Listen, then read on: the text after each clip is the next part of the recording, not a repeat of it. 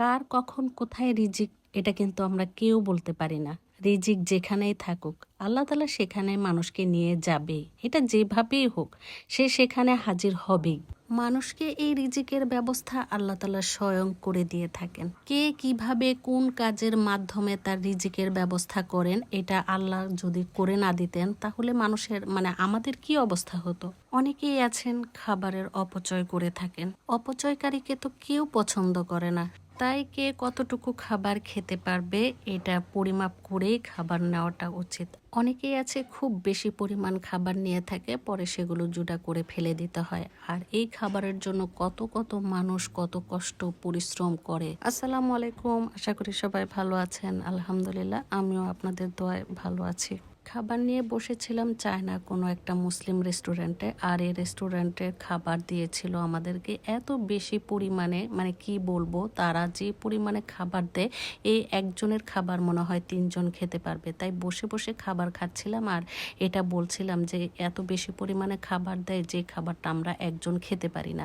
এমনকি কোনো খাবার আছে যে খাবারটা আমরা 3 জনেও শেষ করতে পারি না। তখন কিন্তু এই খাবারগুলো জুড়া হয়ে থাকে। আমার কাছে খুবই খুবই কষ্ট লাগে যখন খাবারগুলো না খেতে পারি, যখন খাবারগুলো ফেলে দিতে হয়, তখন এত কষ্ট লাগে, কিন্তু কিচ্ছু করার নেই। আমি সাধারণত সবসময় যেখানে যাব সেখানে পরিমাপ মতো খাবারটা নেব। আমি অল্প পরিমাণে খাবার নিয়ে তারপর যদি আমার কাছে ভালো লাগে তাহলে আরেকটু নেব। আর কিছু কিছু মানুষ আছে খাবার বেশি করে নিয়ে মনে করে যে সব খেয়ে ফেলতে পারবে, কিন্তু সেই খাবারগুলো পরে আর খেতে পারে না।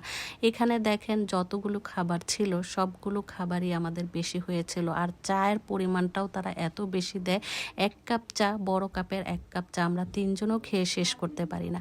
তো যাই হোক, আমরা যেহেতু অনেক হাঁটাহাঁটি করে সেই রেস্টুরেন্টে আমরা খেয়েছি, খাওয়ার পর আমরা দেখেন এই মার্কেটটা কিন্তু সম্পূর্ণ বন্ধ ছিল, শুধুমাত্র খাবার রেস্টুরেন্টগুলো খোলা ছিল। আর এই তো আমরা এদিক দিয়ে চলে যাচ্ছিলাম আর ভাবছিলাম যে এত এত মার্কেটের দোকানগুলো ছিল, এই দোকানগুলো যদি 2-1টাও খোলা থাকতো তাহলে হয়তো মন মতো কিছু একটা হলেও কেনাকাটা করে নিয়ে আসতে পারতাম। যাই হোক, খাবার খেয়ে যখন আমরা সামনের দিকে এগিয়ে গেলাম তখন দেখি রাস্তার পাশে অনেক অনেক ফলের দোকান ছিল। আর ফলগুলো দেখতেও বেশ ভালো লেগেছিল, বিশেষ করে আমগুলো দেখতে তো আমার কাছে বেশ ভালো লেগেছে। কিন্তু কিছু আম আছে টক আর কিছু আম আছে মিষ্টি, তাই আম আর নেওয়া হলো না। কিন্তু যেখানে যাব সেখানে গিয়ে যদি আমি এরকম প্যাকেট করা ফল দেখি তাহলে আমাকে অবশ্যই নিতে হবে, কারণ প্যাকেট করা যত ফল খেয়েছি যেখান থেকেই হোক না কেন সবগুলো ফলই ছিল খুবই মিষ্টি। যাই হোক, এই ছিল আমার ছোট্ট একটি ব্লগ। নেক্সট ব্লগ দেখার আমন্ত্রণ জানিয়ে আজকের মতো বিদায় নিচ্ছি। সবাই ভালো থাকবেন, সুস্থ থাকবেন। আল্লাহ।